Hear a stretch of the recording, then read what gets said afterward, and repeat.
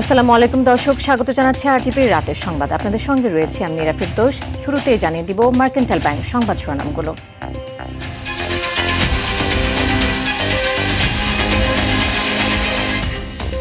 মৃত্যুদণ্ডের বিধান রেখে গুম প্রতিরোধ আইনের খসড়া অনুমোদন মন্ত্রিসভায়। দণ্ডিত ব্যক্তির সম্পত্তি থেকে ভিকটিম পরিবারের ক্ষতিপূরণ।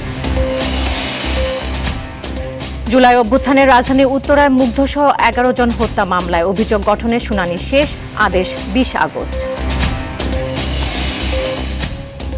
আওয়ামী লীগের নাশকতার সক্ষমতা নেই বললেন স্বরাষ্ট্রমন্ত্রী। আওয়ামী লীগের এত মরদ আছে বলে তো আমার মনে হয় না। একে তো নিষিদ্ধ ঘোষিত দল, মাফিয়া শক্তি, তারা মাঝে মধ্যে বিদেশ থেকে উকিঝুঁকি দিচ্ছে, এর বেশি তৎপরতা তো দেখি না।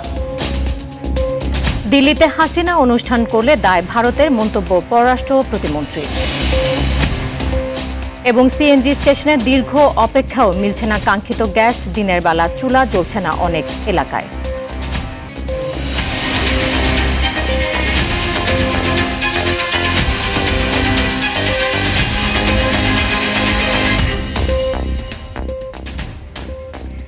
দর্শক, এতক্ষণ শুনছিলেন মার্কেন্টাইল ব্যাংক সংবাদ শিরোনামগুলো। এবার জানাবো বিস্তারিত।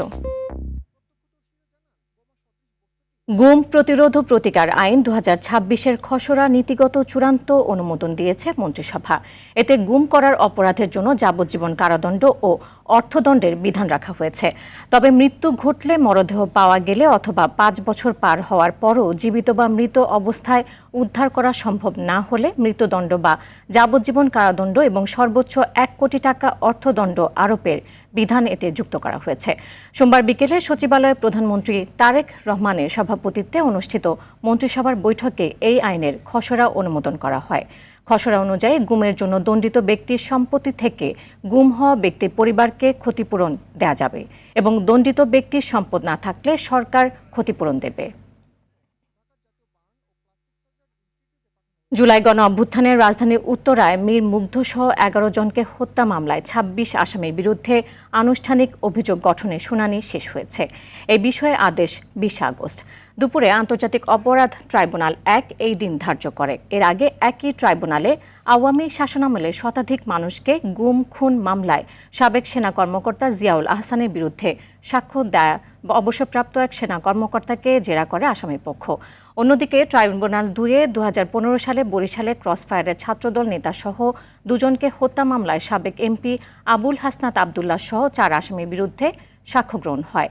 সাক্ষ্য দেন জব্দ তালিকার সাক্ষী এসআই কামরুল হোসেন। পরবর্তী সাক্ষ্য গ্রহণ 11 আগস্ট।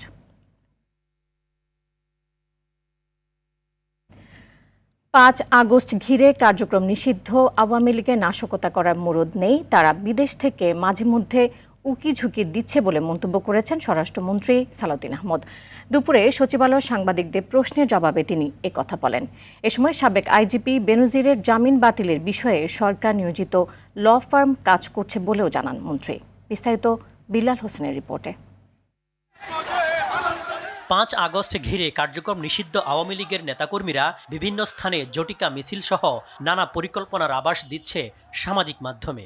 সম্ভাব্য নিরাপত্তা ঝুঁকি আশঙ্কায় দেশ জুড়ে আইনশৃঙ্খলা বাহিনীকে সতর্ক অবস্থানে থাকতে নির্দেশ দিয়েছে পুলিশ সদর দপ্তর। এই অবস্থায় সচিবালয়ে স্বরাষ্ট্রমন্ত্রী জানালেন, 5 আগস্ট ঘিরে কার্যক্রম নিষিদ্ধ আওয়ামী লীগের নাশকতা করার সক্ষমতা নেই। আওয়ামী লীগের এত মরদ আছে বলে তো আমার মনে হয় না। একে তো নিষিদ্ধ ঘোষিত দল, মাফিয়া শক্তি, তারা মাঝে মধ্যে বিদেশ থেকে উকিঝুঁকি দিচ্ছে, এর বেশি তৎপরতা তো দেখি না। সাম্প্রতিক বোমা আতঙ্ক নিয়ে শঙ্কিত হওয়ার কিছু নেই বলে জানান সালাউদ্দিন আহমেদ। খুব শঙ্কিত হওয়ার কোনো কারণ নাই। কোনো পক্ষ হয়তো চেষ্টা করেছিল যে সাম্প্রদায়িক সম্প্রীতি বিনষ্টের কোনো কিছু করা যায় কিনা, তারা হয়তো চেষ্টা করেছিল। আমরা সেটা সেইভাবে দেখেছি এবং একটা তদন্ত পরিচালনা করছি আমরা, এর পিছনে কারা আছে ফাইন্ড আউট করার জন্য। সাবেক আইজিপি বেনজির আহমেদকে দেশে ফিরিয়ে আনার বিষয়ে স্বরাষ্ট্রমন্ত্রী বলেন, বেনজির আহমেদের জামিন বাতিলের উদ্যোগ নিয়েছে সরকার। করেছি যেন ইমিডিয়েটলি তার জামিন বাতিলের ব্যবস্থা করে। বিল্লাল হোসেন, আরটিভি, ঢাকা। আওয়ামী লীগ এবং বিভিন্ন অপরাধের সাজাপ্রাপ্ত পলাতক শেখ হাসিনা কোথায় কি বলছেন তার জবাব দেওয়ার মতো সময়ে বাংলাদেশ সরকারের নেই বলে মন্তব্য করেছেন পররাষ্ট্র প্রতিমন্ত্রী শামা উপায়েত। বিকেলে পররাষ্ট্র মন্ত্রণালয়ের সাংবাদিকদের তিনি বলেন, 5 আগস্ট দিল্লিতে শেখ হাসিনার সম্ভাব্য অনুষ্ঠানের বিষয়ে ভারত সরকারকে তাদের অবস্থান স্পষ্ট করতে হবে। সংগঠন তার সংগঠনের প্রধান যে হয়েছে সাজাপ্রাপ্ত আসামি, উনি কোথায় কি বলছেন করছেন সেটার তো বাংলাদেশ সরকারের সে সময় নেই সেটার মানে জবাব দেবার। কিন্তু আমরা যেটা ফলো করছি যে ভারত সরকারও ইতিমধ্যে রিসেন্টলি কিন্তু একটা স্টেটমেন্ট দিয়েছে যে তারা আশা করে না যে ওখানে পলাতক একজন আসামি রাজনৈতিক কোনো কথা বলবে বা রাজনৈতিক বক্তব্য দিবে, সেটা ভারত সরকার সমর্থন করে না। বিরোধী দল হাসিনা সরকারের ভাষায় কথা বলা শুরু করেছে বলে অভিযোগ করেছেন স্থানীয় সরকার মন্ত্রী ও বিএনপি মহাসচিব মির্জা ফখরুল ইসলাম আলমগীর। কারণে অকারণে আন্দোলনের নামে রাস্তায় নামা ঠিক নয় উল্লেখ করে তিনি বলেন, এটি যেন সংঘাতের রূপ না নেয় সে বিষয়ে সতর্ক থাকতে হবে। এদিকে দলের সিনিয়র যুগ্ম মহাসচিব রুহুল কবির রিজভী বলেছেন, ভবিষ্যতে ফ্যাসিজম ঠেকাতে রাজনৈতিক সংস্কৃতি উন্নয়নের বিকল্প নেই। রাজধানীতে আলাদা অনুষ্ঠানে অংশ নিয়ে এসব কথা বলেন তারা। এ বিষয়ে আরও জানাচ্ছেন শামীম চৌধুরী। দীর্ঘ 17 বছরের পুঞ্জীভূত ক্ষোভ, টানা 36 দিনের আন্দোলন আর রক্তাক্ত রাজপথ পেরিয়ে আসে 5 আগস্ট। জুলাই গণ অভ্যুত্থানের দ্বিতীয় বর্ষপূর্তি উপলক্ষে সোমবার জাতীয় প্রেস ক্লাবে জুলাইয়ের প্রেক্ষাপট শীর্ষক আলোচনা সভার আয়োজন করে বাংলাদেশ ফেডারেল সাংবাদিক ইউনিয়ন ও ঢাকা সাংবাদিক ইউনিয়ন। বিজয় অর্জনকারী দলগুলি ঐক্যমত চর্চা করতে এখনো পারছি না।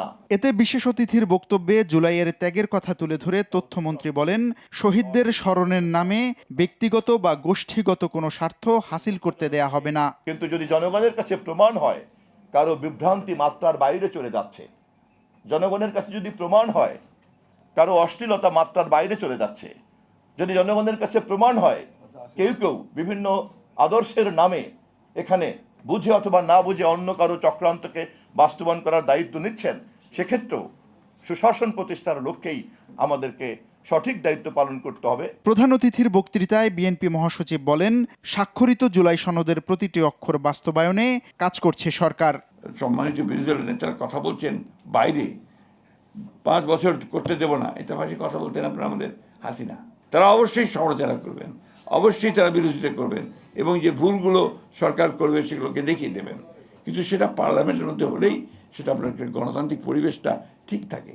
এদিকে দুপুরে রাজধানীর বাংলাদেশ মেডিকেল বিশ্ববিদ্যালয়ের সুপার স্পেশালাইজড হাসপাতালের একটি হলে রক্তঝরা জুলাইয়ে নার্সদের অবদান শীর্ষক আলোচনা সভায় বিএনপির সিনিয়র যুগ্ম মহাসচিব রুহুল কবির রিজভী বলেন, ফ্যাসিজমের পথ অনুসরণ করলে রাজনৈতিক বিভাজন দূর হবে না। তরুণ যারা তাদেরকে আমি বলবো যে আপনারা শেখ হাসিনার যে সংস্কৃতি তৈরি হয়েছে আপনারা সেটাকে অনুসরণ করছেন কেন? শেখ হাসিনার মধ্যে যদি আবার সমাজের মধ্যে ঘৃণা ছড়ান, বিভেদ বিভাজন ছড়ান, শেখ হাসিনা যে তৈরি করেছে মানে একটা ফ্যাসিজম তৈরি করতে হলে একটা বয়ান তৈরি করতে হয়, ওই বয়ান তৈরি করে ওটার মধ্যে দিয়ে জনগণের মধ্যে একটা বিভাজন রেখা টানতে হয়। বিএনপি জুলাইয়ের চেতনাকে ধারণ করে এবং শুরু থেকেই ওই পথে হাঁটছে বলেও উল্লেখ করেন দলটির নেতারা।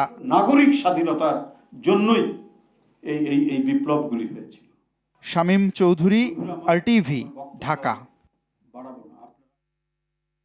গ্যাস সংকট, বিদ্যুৎ ঘাটতি ও নিত্যপণ্যের লাগামহীন মূল্য বৃদ্ধিতে জনজীবন দুর্বিষহ হয়ে উঠেছে বলে অভিযোগ করেছে বাংলাদেশ জামায়াতে ইসলামী। দলটির সেক্রেটারি জেনারেল মিয়া গোলাম পরোয়ার বলেন, দেশে বর্তমানে প্রায় 165 কোটি ঘনফুট গ্যাসের ঘাটতি রয়েছে। দীর্ঘদিন নতুন তেল গ্যাস ক্ষেত্রের সন্ধান না পাওয়া এবং আমদানি নির্ভরতার কারণেই এই সংকট তৈরি হয়েছে বলে দাবি করেন তিনি বলেন, জ্বালানি সংকটের প্রভাবে পণ্যের দাম বাড়ছে এবং তা সাধারণ মানুষের ক্রয় ক্ষমতার বাইরে চলে যাচ্ছে। একই সঙ্গে ভুতুরে বিদ্যুৎ বিল ও ডিমান্ড চার্জ নিয়ে সমালোচনা করে এটিকে ডিজিটাল চাঁদাবাজি হিসেবে উল্লেখ করেন তিনি। এমপিরা যারা যেখানে এই জুলাই অভ্যুত্থান উপলক্ষে যারা একেবারে জনজীবনের সবচেয়ে বড় সংকট এবং দুর্ভোগ, নগর জীবন দুঃসহ হয়ে উঠেছে। গ্যাসের সংকট, দেশে দৈনিক প্রায় 380 কোটি ঘনফুট গ্যাসের চাহিদার বিপরীতে এখন সরবরাহ হচ্ছে 215 কোটি ঘনফুটেরও কম।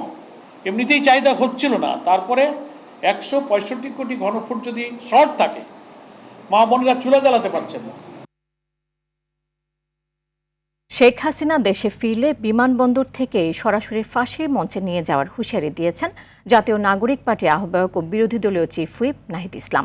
২৪-এর এক দফা দাবি পুরোপুরি অর্জিত হয়নি উল্লেখ করে তিনি বলেন, কেবল হাসিনার পতন নয়, পুরো ফ্যাসিবাদী ব্যবস্থার বিলোপই ছিল আন্দোলনের মূল লক্ষ্য।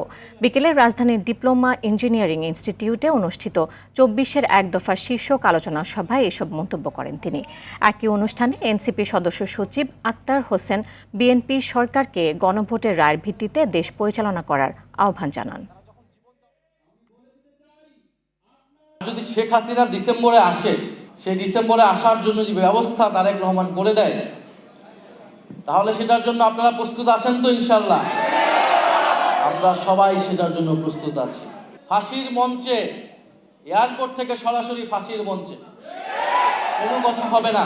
পুরো বাংলাদেশের জনগণ, ১৪০০ শহীদ পরিবার, ৩০,০০০ আহত, লক্ষ কোটি ছাত্র জনতা সেদিন থাকবে বাংলাদেশের রাজপথে, ঢাকার রাজপথে সরাসরি ফাঁসির মঞ্চে নিয়ে যাবে। ফাঁসি কার্যকর না হওয়া পর্যন্ত রাজপথ থেকে ঘরে ফিরবো না আমরা। আগামী ২০২৯ সালের মধ্যে পদ্মা ব্যারেজ প্রকল্পের প্রথম ধাপ এবং ২০৩৩ সালের মধ্যে পূর্ণাঙ্গ বাস্তবায়নের লক্ষ্য নির্ধারণ করেছে সরকার। প্রায় ৩৪,০০০ কোটি টাকা ব্যয়ে প্রকল্পটি বাস্তবায়িত হলে দেশের দক্ষিণ পশ্চিমাঞ্চলে নদীর পানির প্রবাহ বৃদ্ধি, লবণাক্ততা হ্রাস এবং জলবিদ্যুৎ উৎপাদনের সুযোগ তৈরি হবে বলে জানিয়েছেন প্রধানমন্ত্রী অর্থ বিষয়ক উপদেষ্টা ডক্টর রাশেদ আল মাহমুদ তিতুমির। প্রকল্পটি বাস্তবায়ন হলে দেশের জিডিপিতে অতিরিক্ত 0.৫ থেকে 1% পর্যন্ত প্রবৃদ্ধি যোগ হওয়ার আশা প্রকাশ করেন তিনি। বিকেলে জাতীয় প্রেস ক্লাবে একটি গোলটেবিল আলোচনায় এই মন্তব্য করেন উপদেষ্টা। এই প্রকল্পের মাধ্যমে আমাদের হাইড্রো পাওয়ার উৎপাদন হবে, যেটা আমাদের নিজস্ব পরিস্থিতিতে দরকার। তার সাথে সাথে জনগণকে কেন্দ্র করে 7টি টাউনশিপ হবে। জিডিপিতে এটা একটা বড় রকমের ভূমিকা রাখবে। 0.5% থেকে 1% মধ্যে জিডিপিতে এটার প্রভাব বিস্তার করবে। জ্বালানি সংকট মোকাবেলায় দেশের গুরুত্বপূর্ণ সরকারি ভবনগুলোতে পর্যায়ক্রমে সৌর প্যানেল স্থাপন করার নির্দেশনা দিয়েছেন প্রধানমন্ত্রী তারেক রহমান। সৌর বিদ্যুৎ সংক্রান্ত এক সভায় এই নির্দেশনা দেন তিনি। এছাড়া নিজের ফেসবুক পেজে এক ভিডিও বার্তায় পরিবেশ সংরক্ষণে সবাইকে দায়িত্বশীল হওয়ার আহ্বান জানান প্রধানমন্ত্রী। রুদ্র রফিকের রিপোর্টে থাকছে এর বিস্তারিত।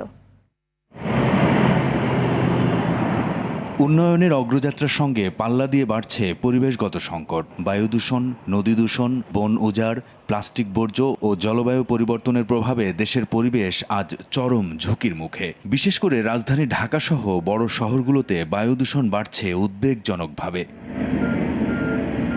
এমন বাস্তবতায় সোমবার নিজের ভেরিফাইড ফেসবুক পেজে পরিবেশ সংরক্ষণে এক বিশেষ বার্তা দেন প্রধানমন্ত্রী তারেক রহমান। দেশকে পরিষ্কার ও সুন্দর রাখতে সবার প্রতি আহ্বান জানান তিনি। আমরা যদি একটি নির্দিষ্ট জায়গায় এই আবর্জনাকে জমা করি এবং নির্দিষ্ট উপায়ে যদি এটাকে পরে ধ্বংস করি, তাহলে যেমন আমাদের পরিবেশটি ভালো থাকবে, ঠিক একইভাবে আমরা আমাদের পরিবেশটাকে সুন্দরভাবে রাখতে পারবো। আজকে থেকে প্রত্যেকে সচেতন হই। আমাদের হাতের আবর্জনা বা ব্যবহারকৃত আবর্জনা যদি নির্দিষ্ট জায়গায় সুন্দরভাবে আমরা গুছিয়ে ফেলি, তাহলে ধীরে ধীরে হয়তো আমরা আমাদের এই বাংলাদেশটাকে আবর্জনা মুক্ত করতে পারবো। এদিকে সচিবালয়ে প্রধানমন্ত্রীর সঙ্গে অর্থনৈতিক অঞ্চল কর্তৃপক্ষের গভর্নিং বোর্ড বেজার বৈঠকে দেশের ইপিজেডগুলোতে মোট 1,25,000 বৃক্ষরোপণের সিদ্ধান্ত নেওয়া হয়। এছাড়াও নারায়ণগঞ্জের করিম জুট মিলস ও লতিফ বাওয়ানি জুট মিলসের জমি ও বিদ্যমান অবকাঠামোকে অর্থনৈতিক কর্মকাণ্ডে ব্যবহারের সম্ভাবনা নিয়েও বৈঠকে পর্যালোচনা করা হয়। সচিবালয়ের সৌরবিদ্যুৎ সংক্রান্ত এক সভায় বঙ্গভবন, প্রধানমন্ত্রীর কার্যালয়, জাতীয় সংসদ ভবন, সচিবালয় সহ গুরুত্বপূর্ণ সরকারি ভবনে পর্যায়ক্রমে সৌর প্যানেল স্থাপনের নির্দেশনা দেন প্রধানমন্ত্রী। এদিন সচিবালয়ে প্রধানমন্ত্রীর সঙ্গে সৌজন্য সাক্ষাৎ করেন দক্ষিণ কোরিয়ার বাণিজ্যমন্ত্রী ইও হানকু। বৈঠকে দ্বিপাক্ষিক বাণিজ্য ও অর্থনৈতিক সহযোগিতা নিয়ে বিস্তারিত আলোচনা হয়। দক্ষিণ কোরিয়ার ব্যবসায়ীদের বাংলাদেশে খেলনা, ইলেকট্রনিক্স, টেলিযোগাযোগ, অটোমোবাইল, সেমিকন্ডাক্টর এবং জাহাজ নির্মাণ খাতে বিনিয়োগের আহ্বান জানান তারেক রহমান। রুদ্র রফিক, আরটিভি, ঢাকা। তরলীকৃত প্রাকৃতিক গ্যাস এলএনজি সরবরাহ কমে যাওয়ায় প্রায় 2 সপ্তাহ ধরে রাজধানীর সহ সারা দেশে তীব্র গ্যাস সংকট চলছে। এতে সবচেয়ে বেশি ভোগান্তিতে পড়েছেন সিএনজি চালিত যানবাহনের চালক, শিল্প উদ্যোক্তা এবং নগরবাসী। বিভিন্ন এলাকার বাসাবাড়িতে গ্যাসের চাপ কম থাকায় চুলা জ্বলছে না, ফলে রান্না করতে চরম ভোগান্তিতে পড়ছেন বাসিন্দারা। এদিকে সিএনজি স্টেশনে দীর্ঘ সময় লাইনে দাঁড়িয়েও চালকরা পাচ্ছেন না পর্যাপ্ত গ্যাস। ওয়ালিদ সিদ্দিকীর রিপোর্ট। দেখেন আপনারা, দেখছেন জ্বলেই না। চুলা জ্বালানোর ব্যর্থ চেষ্টা করছেন এই গৃহিণী। রাজধানীর বেশিরভাগ এলাকার বাসাবাড়িতেই দিনের বেলায় মিলছে না কোনো গ্যাস। একদিন রান্ধি 3 দিন 4 দিন খাই। রান্না বান্নার জন্য বাধ্য হয়ে মাটির চুলা বা সিলিন্ডারের উপর নির্ভর করতে হচ্ছে। ফলে বিপাকে পড়েছেন নিম্ন আয়ের মানুষেরা। কি করবো, 2 টাকা কামাই হয়ে 3 টাকা ভাত আনি আমি নাস্তা করতে পাতা ভাতি খাম আমি গ্যাস নাই, কি করবো, ভাতা তো নাই আমার। চাল নিগড়ে তুইছি, ভাত কালকের ভাত মার গাল তারলাম না, এই অবস্থা রাখছি। 15-20 দিন ধরে গ্যাস নেই। আমরা সিলিন্ডারও আমরা তো কেনার মতো তো ক্ষমতা নেই, একটা কিনতেই তো অনেক সমস্যা।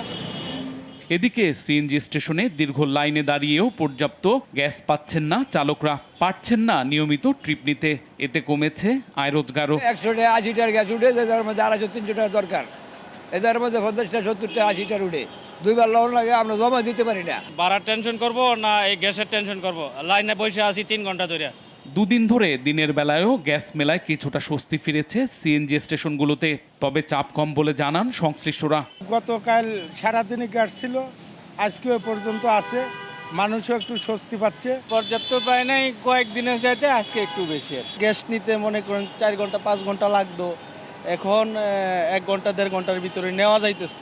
অতি দ্রুত সংকট নিরসনের মাধ্যমে গ্যাস সরবরাহ স্বাভাবিক করার দাবি চালকদের। ওয়ালিদ সিদ্দিকী, RTV, ঢাকা। বরিশালের বাকেরগঞ্জে বোমা সদৃশ বস্তুর বিস্ফোরণে দগ্ধ 3 জনকে ঢাকার বার্ন ইনস্টিটিউটে পাঠানো হয়েছে। তাদের চিকিৎসা ব্যয় বহন করবে প্রশাসন। সকালে গাছের ডালে রশিতে বাঁধা একটি বালুভর্তি ব্যাগ বিস্ফোরিত হয়ে তারা দগ্ধ হয়। এই ঘটনায় জড়িতদের শনাক্তে মাঠে নেমেছে পুলিশ। বরিশাল সংবাদদাতার পাঠানো তথ্যচিত্রে এই বিষয়ে আরও জানাচ্ছেন আব্দুল হামিদ। বরিশালের বাকেরগঞ্জের ভরপাশা ইউনিয়নের উত্তর দুধলমৌ গ্রামের একটি বাড়ির গাছের ডালের সঙ্গে রশি দিয়ে বাঁধা ছিল বালুভর্তি ব্যাগ। আকৃষ্ট করতেই ব্যাগের সঙ্গে বাঁধা ছিল 3টি চিপসের প্যাকেট। সামনে গিয়ে স্পর্শ করা মাত্রই বিস্ফোরিত হয় ব্যাগটি। এতে গুরুতর আহত হন শিশুসহ 3 জন। দ্রুত তাদের উদ্ধার করে পাঠানো হয় বরিশাল শেরেবাংলা মেডিকেল কলেজ হাসপাতালে। প্রত্যক্ষদর্শীরা জানান, বোমা সদৃশ বস্তুটি বিকট শব্দে বিস্ফোরিত হবার পর আগুনে দগ্ধরা প্রাণ বাঁচাতে পাশের নদীতে ঝাঁপ দেন।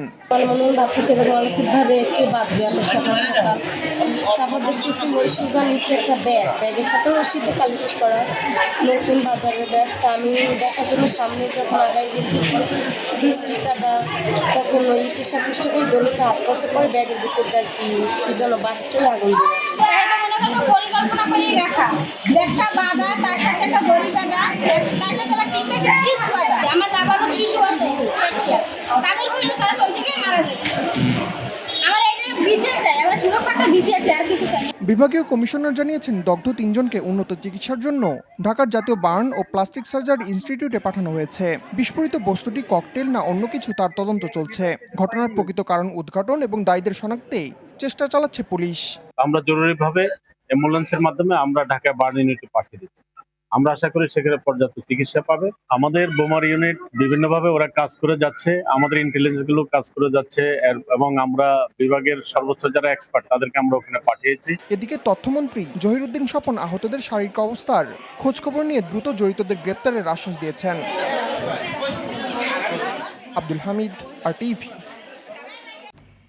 সীমান্ত কিংবা অন্য কোনো দেশ নয়, খোদ ঢাকাতে এখন তৈরি হচ্ছে ইয়াবা। দক্ষিণ কেরানীগঞ্জের একটি ভবনে কেমিক্যাল ব্যবসার আড়ালে 10 বছর ধরে ইয়াবা তৈরি করছিল একটি চক্র। কারখানাটিতে অভিযান চালিয়ে মূল হোতা ও তার সহযোগীকে গ্রেফতার করেছে র্যাব 2-এর অধিনায়ক জানান, দেশে এমন কারখানা আরও আছে কিনা খতিয়ে দেখা হচ্ছে। বিস্তারিত সাকিবুর রহমানের রিপোর্টে। ঢাকার দক্ষিণ কেরানীগঞ্জের মদিনা কমপ্লেক্স, এখানে দীর্ঘ 10 বছর ধরে কেমিক্যাল ব্যবসার আড়ালে তৈরি করা হতো মরণঘাতী মাদক ইয়াবা। কেমিস্ট নাসির চট্টগ্রাম থেকে কাঁচামাল এনে তৈরি করত এসব মাদক। ইয়াবা তৈরির পর দেশের বিভিন্ন স্থানে তা সরবরাহ করত। আর মানুষকে বলতো রং ও কেমিক্যালের ব্যবসা করে সে। মদিনা কমপ্লেক্সের 2টি দোকানে চলছিল ইয়াবা তৈরি ও বিক্রি রমরমা ব্যবসা। আমরা তো জানতাম এটা কেমিক্যালের গোডাউন, কিন্তু কখনো যে এরকম কিছু হবে কখনো ভাবতে পারি না আমরা। রঙের গোডাউন আছিল ওই নিচে, এই পাশে আছিল রঙের গোডাউন, আর এখানে কালার তৈরি হয় রঙের, এটাই জানতাম আমরা। র্যাবের অভিযানে কারখানা থেকে ইয়াবা তৈরির 2টি মেশিন, 17 কেজি কাঁচামাল ও 33,000 পিস ইয়াবা উদ্ধার করা হয়েছে। মিয়ানমার থেকে বাংলাদেশে আসে, সেটা তো সীমান্ত দিয়ে আসেই, সেই সাথে লোকালি তারা যাতে করে তারা এই মানে কাঁচামালগুলো এনে মানে রেডিমেড এখানে তৈরি করে লোকালি মার্কেট গ্রো করতে পারে এবং লোকাল যারা ইয়াবার মানে ইউজার তাদেরকে দিতে পারে। আমার মনে হয় সে কারণেই লোকালি তারা এই কাজটা করা শুরু করেছে। দেশের ভেতরে ইয়াবা তৈরির কারখানা সন্ধানের পাশাপাশি এসবের কাঁচামাল পাওয়া নিয়ে তদন্তের কথা জানায় র্যাব। র মেটেরিয়ালস চট্টগ্রাম থেকে নিয়ে আসে। নাসির নিজেই ইয়াবা কেমিস্ট, ইয়াবার ডিলার, এবং সে আমাদের কাছে এ পর্যন্ত অনেকের নাম বলেছে, আমরা আপনাদের কাছে এটা রিভিল করতে পারবো না। তাদের এই চেইনটা এটা বিভিন্ন জায়গায় বিস্তৃত, ঢাকার বিভিন্ন জায়গায় বিস্তৃত, এবং আমরা এই মুহূর্তে যদি আপনাদের বলি তারা সচেতন হয়ে যাবে, তাদেরকে গ্রেপ্তারের পর আমরা জানাবো। এর আগেও কেরানীগঞ্জে ইয়াবা তৈরির এমন সন্ধান পেয়েছিল বাহিনীটি। শাকিবুর রহমান, RTV, ঢাকা। আধুনিক ও নিরাপদ সফটওয়্যার CFS এর মাধ্যমে ন্যাশনাল ফাইন্যান্স গ্রাহকের কাছে আরও বিশ্বাসযোগ্য লিজিং প্রতিষ্ঠান হিসেবে ভূমিকা রাখবে বলে আশা করেন প্রতিষ্ঠানটির উদ্যোক্তা ও শীর্ষ কর্মকর্তারা। নতুন সফটওয়্যারের মাধ্যমে গ্রাহকদের ঋণ দেওয়া আরও সহজ হবে বলেও জানান তারা। তৌহিদুর রহমানের রিপোর্টে দেখুন বিস্তারিত। শুরু হলো লিজিং কোম্পানি ন্যাশনাল ফাইন্যান্স PLCর আধুনিক ও নিরাপদ software core business solution CFS এর আনুষ্ঠানিক যাত্রা। যে কোনো প্রতিষ্ঠানকে শক্তিশালী করতে প্রয়োজন আধুনিক প্রযুক্তির সমন্বয়, আর আর্থিক প্রতিষ্ঠানে প্রযুক্তির ভূমিকা আরও গুরুত্বপূর্ণ বলে মনে করে ন্যাশনাল ফাইন্যান্স কর্তৃপক্ষ। ডিজিটাল ট্রান্সফরমেশনের কোনো অল্টারনেটিভ নেই। It is not an option, it is a necessity right now. We are in a evolving world. So I want to say যে ন্যাশনাল ফাইন্যান্সের এই কমিটমেন্টটা towards making itself more modern, efficient and customer centric. I think this is a huge milestone for all of us. আমরা আশা করি যে সুফল যে চিন্তাভাবনা এটা শুরু হয়েছে আপনারা এটা সাকসেসফুলি এক্সারসাইজ করবেন। এটা অর্থবহ করার জন্য আমাদেরকে সবাইকে ইনভলভ হতে হবে এবং আমাদের যারা গ্রাহক আছে তাদেরকে সেবাটা পৌঁছে দেবেন এবং তারা যেন এই সেবাটা পরিপূর্ণভাবে উপভোগ করতে পারেন, এনজয় করতে পারেন, সেই ব্যবস্থাগুলো তাদের কাছে পৌঁছে দিতে হবে। প্রান্তিক পর্যায়ে ঋণ প্রদানের মাধ্যমে ন্যাশনাল ফাইন্যান্স গ্রাহকের কাছে আরও বিশ্বস্ত প্রতিষ্ঠান হবে বলে আশা করেন প্রতিষ্ঠানটির ব্যবস্থাপনা পরিচালক। একজন আমানতকারী বা লোন গ্রাহক সে স্বচ্ছতার সাথে তার ট্রানজেকশন করতে পারবে। এটা আমাদের প্রথম বলতে চাই যে CPS এর মাধ্যমে আমরা গ্রাহক পর্যায়ে এই জিনিসটা নিরাপত্তা, স্বার্থ সুরক্ষা এবং তার স্বার্থ যাতে অক্ষুণ্ণ থাকে এবং সে যাতে নিরবিচ্ছিন্নভাবে সার্ভিস পায় এটা আমরা ইনশিওর করব। এরা ইনফোটেকের ব্যবস্থাপনা পরিচালক আব্দুল মাহবুদ সহ ন্যাশনাল ফাইন্যান্সের ঊর্ধ্বতন কর্মকর্তারা অনুষ্ঠানে উপস্থিত ছিলেন। তৌহিদুর রহমান, RTV, ঢাকা। বাংলাদেশ ফুটবলের ভবিষ্যৎ পরিকল্পনায় নতুন পদক্ষেপ নিয়েছে বাফুফে। ডেভেলপমেন্ট কমিটির সভায় AFC অনূর্ধ্ব 20-এর বাছাই উপলক্ষে ইংল্যান্ড প্রবাসী 19 বছর বয়সী উইঙ্গার অ্যাডাম আব্বাসকে জাতীয় দলের পাইপলাইনে যুক্ত করার সিদ্ধান্ত হয়েছে। টেকনিক্যাল টিমের যাচাই শেষে আগামী 4 থেকে 5 দিনের মধ্যে তাকে দেশে আনা হবে। বাফুফে ডেভেলপমেন্ট কমিটির সভা শেষে এসব তথ্য জানান বাফুফের সহ-সভাপতি ও ডেভেলপমেন্ট কমিটির চেয়ারম্যান নাসির শাহরিয়ার জাহিদি। সভায় জাতীয় বয়সভিত্তিক দলের উন্নয়ন, আন্তর্জাতিক টুর্নামেন্টে অংশগ্রহণ, তৃণমূল থেকে প্রতিভা অন্বেষণ এবং দেশের ফুটবলের সামগ্রিক মান উন্নয়নে বিভিন্ন কর্মপরিকল্পনা গ্রহণ করা হয়। আগামী 10 সেপ্টেম্বরের মধ্যে প্রাইম মিনিস্টার গোল্ড কাপ জাতীয় ফুটবল প্রতিযোগিতা 2026 শুরু করার পরিকল্পনা নিয়েছে সরকার।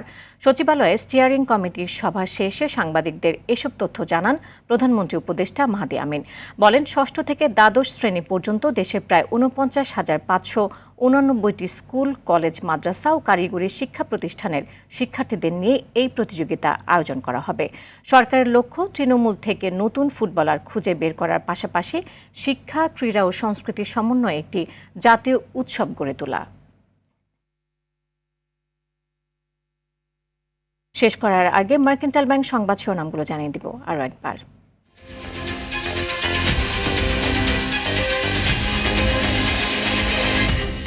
মৃত্যুদণ্ডের বিধান রেখে গুম প্রতিরোধ আইনের খসড়া অনুমোদন মন্ত্রিসভায় দণ্ডিত ব্যক্তির সম্পত্তি থেকে ভিকটিম পরিবারের ক্ষতিপূরণ। জুলাই অভ্যুত্থানের রাজধানী উত্তরায় মুগ্ধসহ 11 জন হত্যা মামলায় অভিযোগ গঠনের শুনানি শেষ, আদেশ 20 আগস্ট। আওয়ামী লীগের নাশকতার সক্ষমতা নেই বললেন স্বরাষ্ট্রমন্ত্রী। দিল্লিতে হাসিনা অনুষ্ঠান করলে দায় ভারতের, মন্তব্য পররাষ্ট্র প্রতিমন্ত্রীর। এবং সিএনজি স্টেশনের দীর্ঘ অপেক্ষাও মিলছে না কাঙ্ক্ষিত গ্যাস, দিনের বেলা চুলা জ্বলছে না অনেক এলাকায়।